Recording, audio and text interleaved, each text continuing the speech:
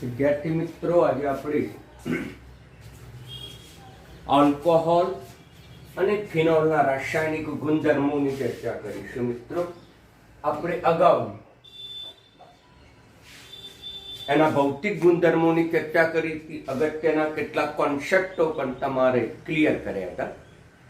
હવે રાસાયણિક ગુણધર્મો, તો ફિનોલ અને આલ્કોહોલ બંને એસિડિક ગુણધર્મ બતાવે છે. કોઈ પણ પદાર્થનો એસિડિક ગુણધર્મ માટે 4 બાબતો યાદ રાખવાની, આ નોંધ કરી દેવાની. પદાર્થનો એસિડિક ગુણ ક્યારે જોવા મળે કે એના આયનીકરણ દરમિયાન H+ ઉત્પન્ન થાય. આયનીકરણથી H+ ઉત્પન્ન કરતા બધા જ પદાર્થોને એસિડિક પદાર્થ કહેવાય. એ જ રીતે રાસાયણિક પ્રક્રિયા દરમિયાન પ્રોટોનનું દાન કરે, H+ નું દાન કરે, H+ ગુમાવે, H+ દાતા, આ વિવિધ શબ્દો વપરાય છે, તો તેને બ્રોન્સ્ટેન એસિડ તરીકે આપણે એને ઓળખીએ છીએ. તે જ પ્રમાણે જો ઇલેક્ટ્રોન યુગ્મ ગ્રાહી ઇલેક્ટ્રોન યુગ્મનો સ્વીકાર કરે તો પણ એને લુઈસ એસિડ તરીકે ઓળખવામાં આવે. આ ઉપરાંત કેટલાક પદાર્થો સક્રિય ધાતુ સાથે પ્રક્રિયા કરીને H2 ઉત્પન્ન કરે તો તેને એસિડિક પદાર્થો કહેવામાં આવે. બરાબર ધ્યાનમાં રાખજો કે એસિડિક પદાર્થોના સિદ્ધાંતો કયા. એસિડિક પદાર્થો કોને કહેવાય? તો 4 બાબત. જે પદાર્થો આયનીકરણથી H+ ઉત્પન્ન કરે તેને એસિડિક પદાર્થ કહેવાય. જે પદાર્થ રાસાયણિક પ્રક્રિયા દરમિયાન પ્રોટોનનું દાન કરે તેને બ્રોન્સ્ટેન એસિડ કહેવાય. જે પદાર્થ રાસાયણિક પ્રક્રિયા દરમિયાન ઇલેક્ટ્રોન યુગ્મનો સ્વીકાર કરે તો તેને લુઈસ એસિડ કહેવાય. અને સક્રિય ધાતુ સાથે H2 ઉત્પન્ન કરે તો પણ તેને એસિડ તરીકે ઓળખવામાં આવે. મિત્રો, તો આપણે શીખી ગયા કે HCl એસિડ છે. શા માટે? તો આયનીકરણ દરમિયાન પોતે H+ મુક્ત કરે છે. આ ઉપરાંત રાસાયણિક પ્રક્રિયા દરમિયાન તે પ્રોટોન દાન કરે છે અને એ જ વખતે ઓક્સિજનના ઇલેક્ટ્રોન યુગ્મ સ્વીકારે. એક સાથે 2 કાર્ય થાય. તેથી એ પ્રોટોનનું દાન કરેલ બ્રોન્સ્ટેન એસિડ, ઇલેક્ટ્રોન યુગ્મનો સ્વીકાર કરે લુઈસ એસિડ, સક્રિય ધાતુ સાથે પણ પ્રક્રિયા કરે. દાખલા તરીકે M તરીકે કોઈ પણ સક્રિય ધાતુ હોઈ શકે તો MCl બનાવે વત્તા H2 છૂટવું પડે. તો આમ HCl એસિડ છે. એ જ રીતે આલ્કોહોલ પણ એસિડ છે. મિત્રો, તો આલ્કોહોલ એસિડ છે. આ 4 પરિબળોનું 4 સિદ્ધાંતોનું સંપૂર્ણ પાલન કરે છે. પહેલું, આયનીકરણ થાય છે આલ્કોહોલનું, અને આયનીકરણ થવાથી અહીંયા બંધ તૂટે છે. આ બંધના ઇલેક્ટ્રોન આની ઉપર ચાલ્યા જાય એટલે પહેલા 2 ઇલેક્ટ્રોન યુગ્મ હતા, હવે 3 ઇલેક્ટ્રોન યુગ્મ થઈ ગયા. H+ મુક્ત કરે છે. માટે આ હાઇનસ સિદ્ધાંત અનુસાર આલ્કોહોલ એસિડિક છે. ત્યાર પછી કોઈ પણ બેઝ સાથે પ્રક્રિયા કરે છે. આ બેઝને પ્રોટોન દાન કરે છે. એની સાથે સાથે આ બેઝની અંદર રહેલા 2 ઇલેક્ટ્રોન યુગ્મનો સ્વીકાર પણ કરે છે. પહેલા અહીંયા કેટલા ઇલેક્ટ્રોન યુગ્મ હતા? 2, પણ નિપજ બની તો કેટલા થઈ ગયા? 3. તો બેઝના ઇલેક્ટ્રોન યુગ્મનું ગ્રહણ કરે છે. ઇલેક્ટ્રોન યુગ્મ ગ્રાહી છે, માટે તે લુઈસ એસિડ તરીકે પણ વર્તી શકે છે. પ્રોટોનનું દાન કરે છે, સાથે સાથે ઇલેક્ટ્રોન યુગ્મનું ગ્રહણ પણ કરે છે. તેથી આલ્કોહોલ એ એસિડ તરીકે વર્તે છે. બ્રોન્સ્ટેન એસિડ પણ કહેવાય, લુઈસ એસિડ પણ કહેવાય. હવે ત્રીજી વસ્તુ, એ સક્રિય ધાતુ સાથે પ્રક્રિયા પણ કરી શકે છે. દાખલા તરીકે M સક્રિય ધાતુ છે અને M તરીકે સક્રિય ધાતુ તરીકે સોડિયમ, મેગ્નેશિયમ, એલ્યુમિનિયમ વગેરે ગમે તે હોઈ શકે જે સક્રિય ધાતુ તરીકે કાર્ય કરે છે. તો આલ્કોહોલની સક્રિય ધાતુ સાથે પ્રક્રિયા કરવામાં આવે તો હાઇડ્રોજન વાયુ ઉત્પન્ન કરે છે. મિત્રો, અહીંથી બંધ તૂટે છે. આ પ્લસ, આ માઇનસ, આ ધન આયન છે. હંમેશા ધાતુ સક્રિય ધાતુ ધન આયન બનાવે, આની સાથે જોડાઈ જાય ધાતુ આલ્કોક્સાઇડ બનાવે. આ જે છે એને કહીશું આલ્ક વત્તા ઓક્સિજન, અને આપણે કહીએ છીએ આલ્ક વત્તા ઓક્સિજન. પરિણામે એનું નામ છે આલ્કોક્સાઇડ. સંધિ જોડી દઈશું તો એને આપણે કહીશું આલ્કોક્સાઇડ મિત્ર. તો એને પરિણામે આપણે એને આલ્કોક્સાઇડ તરીકે ઓળખીશું મિત્રો. તો આમ સક્રિય ધાતુ સાથે પ્રક્રિયા કરીને હાઇડ્રોજન વાયુ ઉત્પન્ન કરે છે, માટે તે એસિડિક ગુણધર્મ ધરાવે છે. આ ઉદાહરણ પણ આપ્યું છે અહીંયા. ROCl તરીકે ગમે તે આલ્કાઇલ સમૂહ મિથાઇલ, ઇથાઇલ, પ્રોપાઇલ, બ્યુટાઇલ ગમે તે રીતે કરે, એની સક્રિય ધાતુ સાથે પ્રક્રિયા કરીશું તો આમાંથી હાઇડ્રોજન વાયુ છૂટો પડે છે, H2 છૂટો પડે છે. 2 મોલ એટલે 2 સોડિયમ. તેથી અહીંયા આનું નામ સોડિયમ, આનું નામ આલ્કોક્સાઇડ, એટલે સોડિયમ આલ્કોક્સાઇડ નિપજ આપણને પ્રાપ્ત થાય છે. એ જ રીતે તૃતીયક બ્યુટાઇલ આલ્કોહોલ મિત્રોનું નામ છે તૃતીયક બ્યુટાઇલ આલ્કોહોલ. એનું IUPAC નામ લેવું હોય તો લાંબી શૃંખલા 1, 2 ને 3 છે, એટલે એને આપણે કહીશું પ્રોપેન. પરંતુ આ પહેલો કાર્બન, બીજો કાર્બન, ત્રીજો, પરંતુ બીજા કાર્બન ઉપર મિથાઇલ સમૂહ છે એટલે લખીશું મિથાઇલ.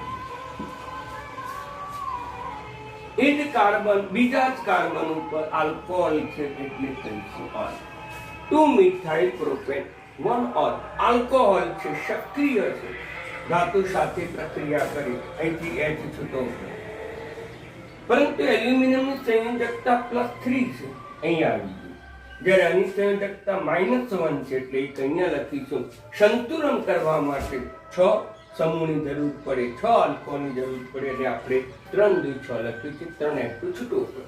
તો એલ્યુમિનિયમ તૃતીયક બ્યુટોક્સાઇડ આપણને નિપજ પ્રાપ્ત થાય. આમ આલ્કોહોલનો સંયોજનની એસિડિકતા સમજાવવું પૂછે તો તમારે આ 4 સમીકરણ અથવા 3 સમીકરણ લખી નાખવાના, એટલે આલ્કોહોલનો એસિડિક ગુણધર્મ સમજાવી શકાશે.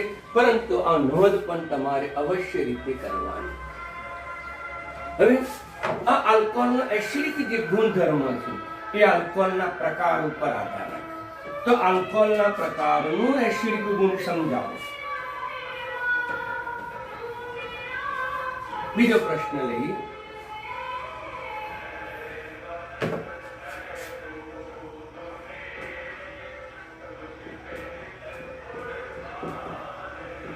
આલ્કોહોલના પ્રકાર અને તેનો એસિડિક ગુણ.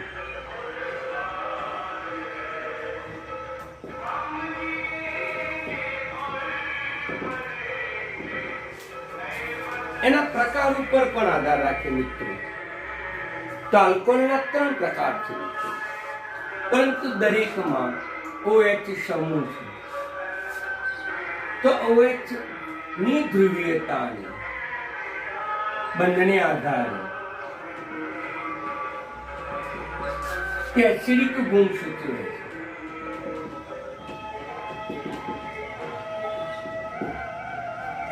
સમજી લો, આલ્કોહોલના એસિડિક ગુણધર્મ OH બંધને આભારી છે. OH બંધને કારણે તેનો એસિડિક ગુણધર્મ આપણને જોવા મળે છે. OH બંધ નિર્ભર તો એસિડિક ગુણ વધુ.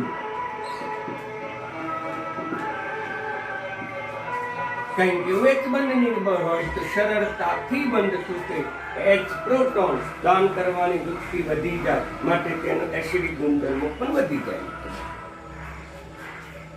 એના 3 પ્રકાર છે. OH સમૂહ ધરાવતો કાર્બન, એક જ કાર્બન ધરાવતો.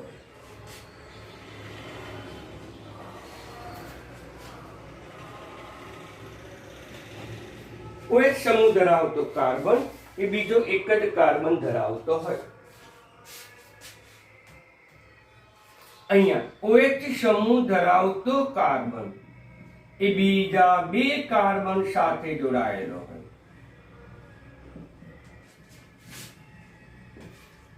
OH સમૂહ ધરાવતો કાર્બન એ બીજા 3 OH 3 આલ્કાઇલ સમૂહ સાથે જોડાયેલો અને આપણે કહીશું 10 આલ્કોહોલ. અગાઉ પ્રકાર શીખવાડ્યા છે.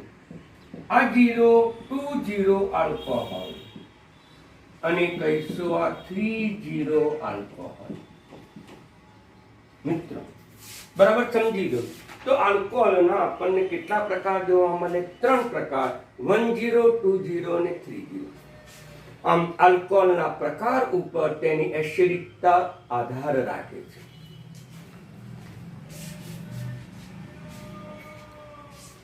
ઉદાહરણ તરીકે લઈએ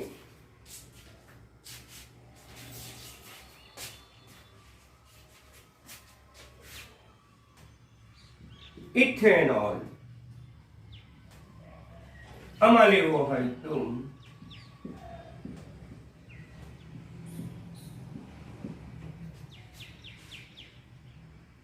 2-મિથાઇલ પ્રોપેનોલ અથવા પ્રોપેનોલ હોય.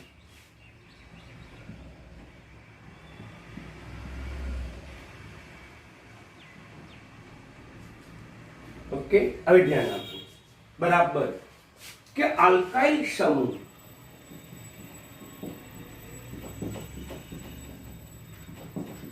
આ એ ઇલેક્ટ્રોન દાતા સમૂહ છે. આલ્કાઇલ સમૂહ ઇલેક્ટ્રોન દાતા સમૂહ છે. તે ઇલેક્ટ્રોનનું દાન કરે છે. ઇલેક્ટ્રોન દાતા સમૂહ છે. મિત્રો બરાબર ધ્યાનમાં રાખજો. અહીંયા એક જ આલ્કાઇલ સમૂહ છે, અહીંયા 2 આલ્કાઇલ સમૂહ, આમાં 3 આલ્કાઇલ સમૂહ. તેથી તેની પ્રેરક અસર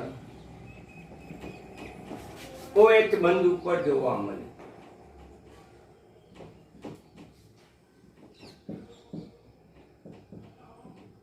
બરાબર, ક્લિયર કટ કોન્સેપ્ટ સમજી લેજો. એની પ્રેરક અસર OH બંધ ઉપર જોવા મળે.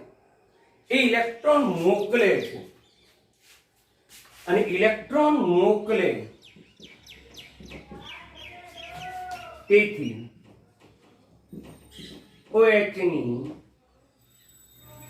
OH બંધની પ્રબળતા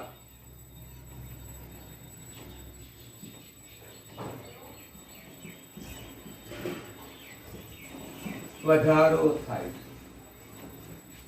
જેમ આલ્કાઇલ સમૂહની સંખ્યા વધે તેમ OH બંધ પ્રબળ બનતો જાય છે. કારણ કે OH ઉપર 2 તત્વો, 2 પરમાણુ વચ્ચે ઇલેક્ટ્રોન ઘનતામાં વધારો થાય, ધ્રુવીયતામાં ઘટાડો થાય. ટૂંકમાં એ બધી બાબતોની ચર્ચા આપણે કરવી નથી. આટલો જ સિદ્ધાંત યાદ રાખજો કે આલ્કાઇલ સમૂહ ઇલેક્ટ્રોન દાતા સમૂહ છે. પ્રેરક અસર તમારે ક્યાં જોવા મળે? OH સમૂહ ઉપર જોવા મળે અને OH સમૂહ ઉપર જોવા મળે છે. ઇલેક્ટ્રોન મોકલે છે ઇલેક્ટ્રોન દાતા સમૂહ અને તેથી OH બંધની પ્રબળતા વધી જાય છે. અને OH બંધની પ્રબળતા વધે તો પ્રોટોન દાન કરવાની વૃત્તિ ઘટે અને તેથી તેની એસિડિકતા ઘટે. બરાબર સમજી લો મિત્રો. એટલે આમ જાઓ તો મિત્રો એસિડિકતામાં ઘટાડો થાય છે.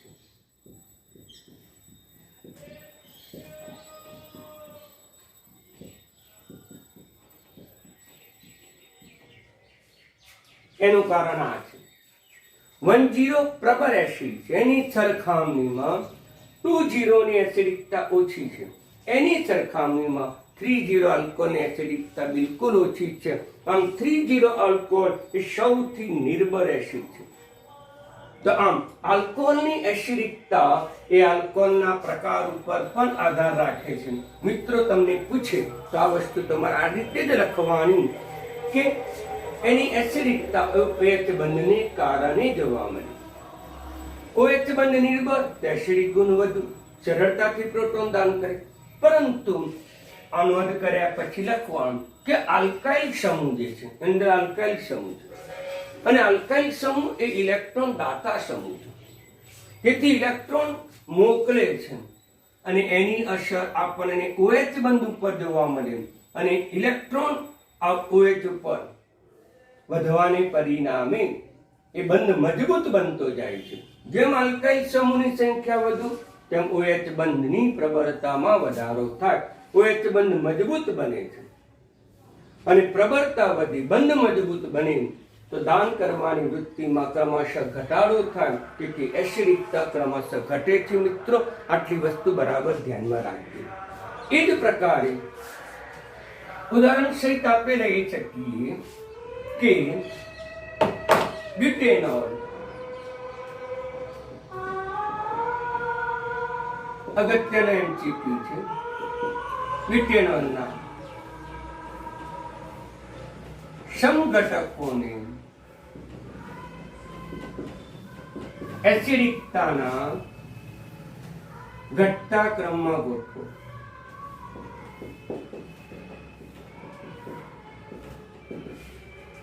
એસિડિકતાના ઘટતા ક્રમ તો પહેલો છે CH3 CH2 CH2 1 જેને આપણે કહીશું બ્યુટેન 1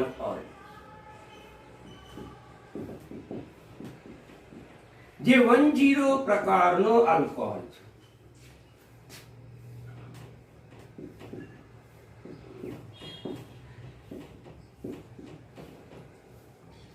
આનું નામ છે બ્યુટેન 2 જે 20 પ્રકારનો આલ્કોહોલ છે.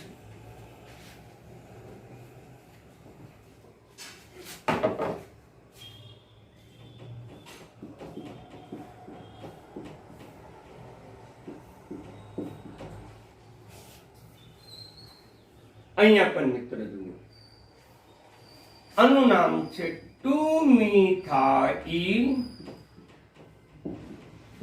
પ્રોપેન એટલે 3 કાર્બન 1 જે 10 પ્રકારનો આલ્કોહોલ. CH2OH આવે એટલે 10, CHOH આવે એટલે 20. અગાઉ આલ્કોહોલના પ્રકારને ચલાયા છે.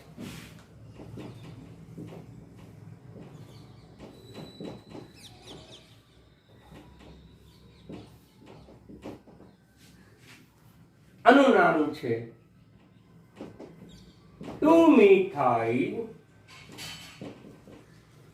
પ્રોપેનો 2 જે 30 પ્રકારનો આલ્કોહોલ છે. તો મિત્રો, અને આપણે A પદાર્થ કહીશું અને આપણે B કહીશું, C કહીશું અને D કહીશું. તો એસિડિકતાના ઘટતા ક્રમ તો સૌથી વધુ એસિડિકતા કોની? સૌથી વધુ એસિડિકતા કોની મિત્રો? તો કે 10. પણ અહીંયા 10 A પણ છે અને 10 C પણ છે.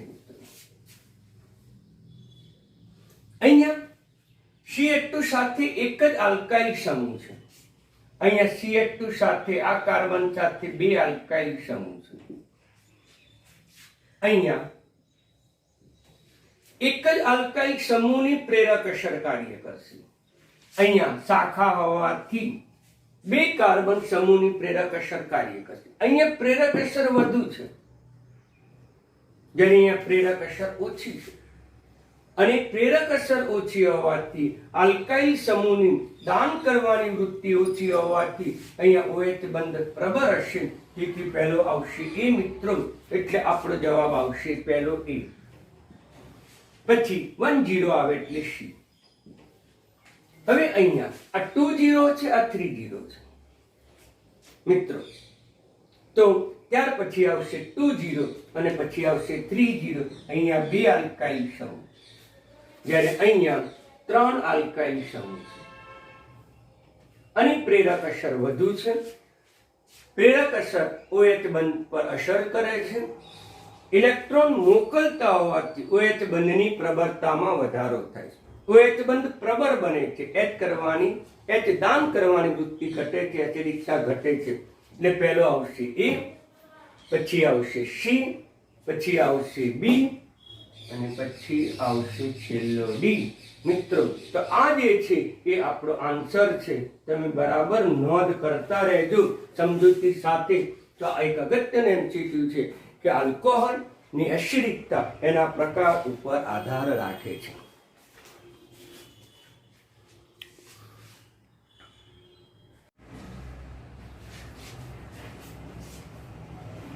હવે આલ્કોહોલ અને પાણીની એસિડિકતાની તુલના. પહેલા મેં સમજાયું આલ્કોહોલ એસિડિક છે 4 ગુણધર્મોને આધારે 4 સિદ્ધાંતોને જે મેં નોંધ કરી.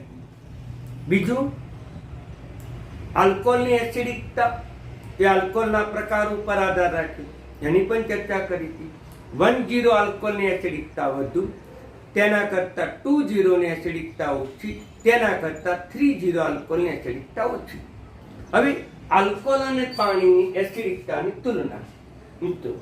તો આલ્કોહોલ પાણીની સરખામણીમાં નિર્બળ એસિડ છે. આલ્કોહોલ અને પાણીની તુલના કરીએ તો પાણી પ્રબળ એસિડ છે, જ્યારે તેની સાપેક્ષે આલ્કોહોલ નિર્બળ એસિડ છે. આ બે પદાર્થની ચર્ચા છે. આલ્કોહોલ અને પાણી બંને એસિડિક ખરા, પ્રોટોનનું દાન કરે છે, પરંતુ આલ્કોહોલની એસિડિકતા ઓછી છે, પાણીની એસિડિકતા વધુ છે. કારણ કે આલ્કોહોલ કરતા પાણી વધુ સારો પ્રોટોન દાતા છે. આલ્કોહોલની સરખામણીમાં પાણી સરળતાથી પ્રોટોન દાન કરે છે. કેમ દાન કરે છે? તો પહેલું કારણ કે આલ્કોહોલમાં ઓક્સિજન ઉપર અબંધકારક ઇલેક્ટ્રોન છે.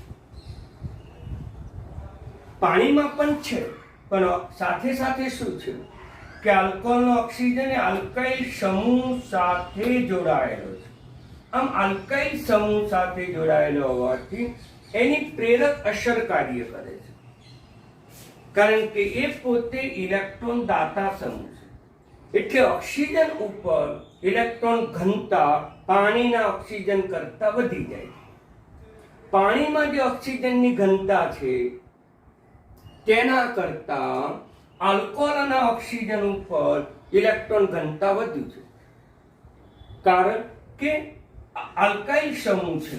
આ સમૂહ એ ઓક્સિજન તરફ ઇલેક્ટ્રોન મોકલે છે. એટલે પાણીના ઓક્સિજન કરતા આલ્કોહોલના ઓક્સિજનમાં સરેરાશ ઇલેક્ટ્રોન ઘનતા વધુ છે, ઇલેક્ટ્રોન ચાર્જ વધુ છે.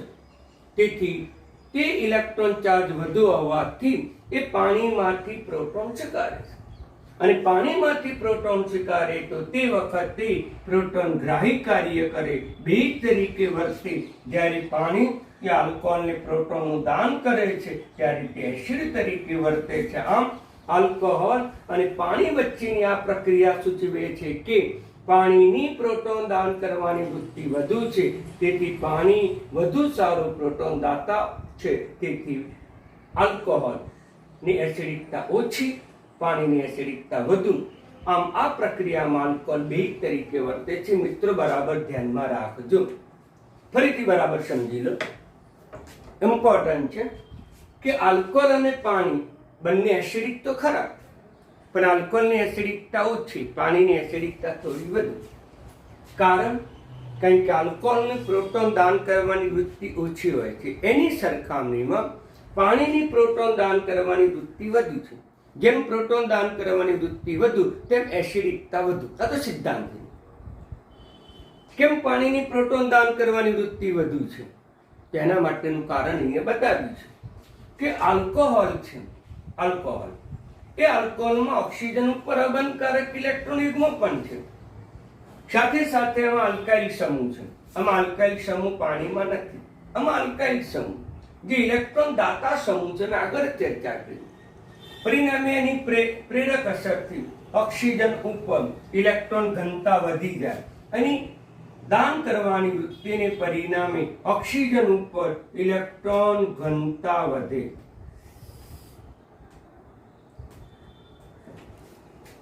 અને ઇલેક્ટ્રોન ઘનતા વધવાને પરિણામે પ્રોટોન સ્વીકારવાની વૃત્તિ વધે.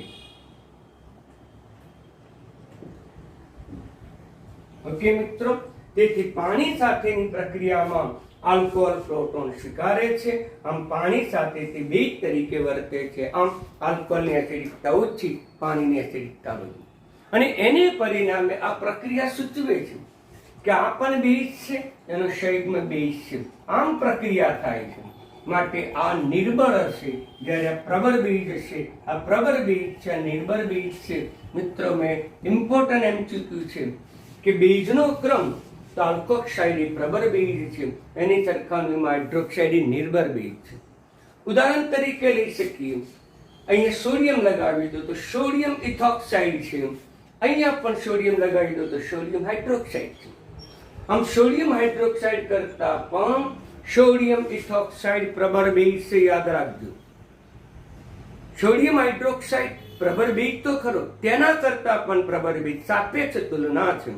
અને સાપેક્ષ તુલનામાં આલ્કોક્સાઇડ, સોડિયમ આલ્કોક્સાઇડ અથવા તો સોડિયમ ઇથોક્સાઇડની બેઝિકતા વધુ છે, યાદ રાખો. એમસીક્યુ બોર્ડમાં વારંવાર પૂછાઈ ગયેલું છે. આ બધા જ એસિડિક છે મિત્રો. કેમ? ચાર સિદ્ધાંત અનુસાર પ્રક્રિયા કરી. આયનીકરણ H+ પણ છૂટો પાડે છે, સક્રિય ધાતુ સાથે પ્રક્રિયા પણ કરે છે, પ્રોટોનનું દાન પણ કરે, પણ સાપેક્ષ વસ્તુ છે. અને સાપેક્ષમાં ક્યાંક તમને મુશ્કેલી પડી તો આપણે શીખી ગયા કે આલ્કોહોલ એસિડિક છે, એની સરખામણીમાં પાણીની એસિડિકતા વધુ, એટલે પાણીની એસિડિકતા વધુ, તેના કરતાં આલ્કોહોલની એસિડિકતા ઓછી, એના કરતાં ત્રિબંધની એસિડિકતા ઓછી મિત્રો. અને એના કરતાં NH3ની એસિડિકતા ઓછી મિત્રો. ધ્યાન આપવું, જેમ S કક્ષકનું પ્રમાણ વધે તેમ એસિડિકતા વધે. આ અલગ એમસીક્યુ છે મિત્રો, ધ્યાન આપજો. હાઇડ્રોકાર્બનની એસિડિકતા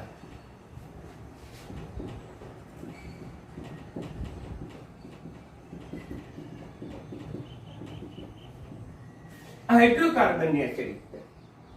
હાઇડ્રોકાર્બન ત્રણ પ્રકારના: આલ્કેન,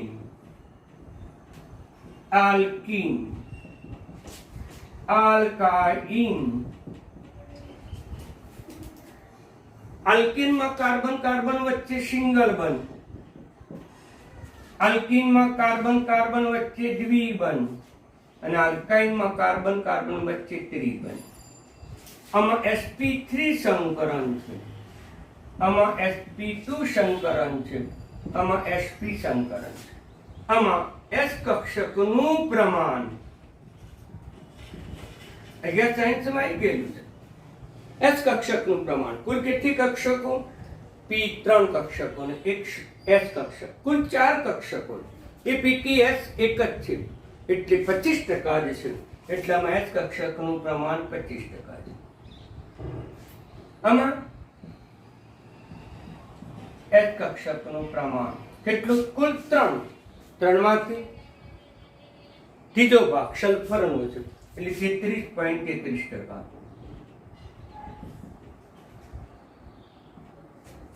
આમાં S કક્ષકનું પ્રમાણ કે 50%. યાદ રાખો સિદ્ધાંત કે S કક્ષકનું પ્રમાણ વધે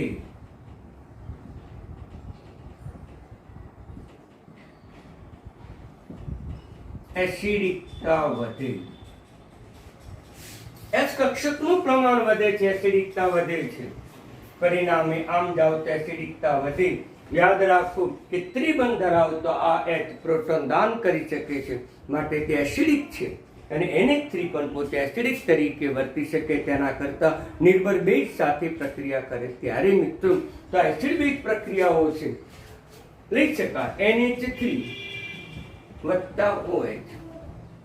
આ જે છે પ્રોટોન દાતા છે, અને પ્રોટોન દાતા હોવાથી પ્રોટોનનું દાન કરશે. પરિણામે પ્રોટોન દાતા એટલે એસિડ છે. આમ એસિડિકતા બેઝિકતા એ તો સાપેક્ષ માત્રા. એક પદાર્થ એકની હાજરીમાં એસિડિક તરીકે વર્તે તો બીજાની હાજરીમાં બેઝ તરીકે પણ વર્તી શકે. NH3 OH ની હાજરીમાં એસિડ તરીકે વર્તે છે, જ્યારે સલ્ફ્યુરિક એસિડ કે HCl ની હાજરીમાં પોતે બેઝ તરીકે વર્તે. આમ સાપેક્ષ માપ છે, એટલે તમે યાદ રાખજો. આ પણ ઇમ્પોર્ટન્ટ છે અને આ પણ એમસીક્યુમાં ઇમ્પોર્ટન્ટ છે. એટલે મિત્રો આજે જે તમે માહિતી ચલાવી એ મોટા ભાગે નીટ જીમાં તમને વધારે પૂછે છે અને તમને કારણો પણ પૂછે છે કે આલ્કોહોલ એસિડિક છે એ પણ ન સમજાય. આલ્કોહોલની એસિડિકતા એના પ્રકાર ઉપર આધાર રાખે છે એ પણ ન સમજાય. આલ્કોહોલ અને પાણીની એસિડિકતાની તુલના કરો અથવા આલ્કોહોલ કરતાં પાણી પ્રબળ એસિડ છે એ પણ મેં અહીંયા સમજાવ્યું મિત્રો. એટલે તમે 3 કારણો પણ પરીક્ષામાં ધ્યાન રાખજો. આ ઉપરાંત આવા એમસીક્યુ પણ ઇમ્પોર્ટન્ટ છે, ધ્યાનમાં રાખજો. અસ્તુ, ધન્યવાદ.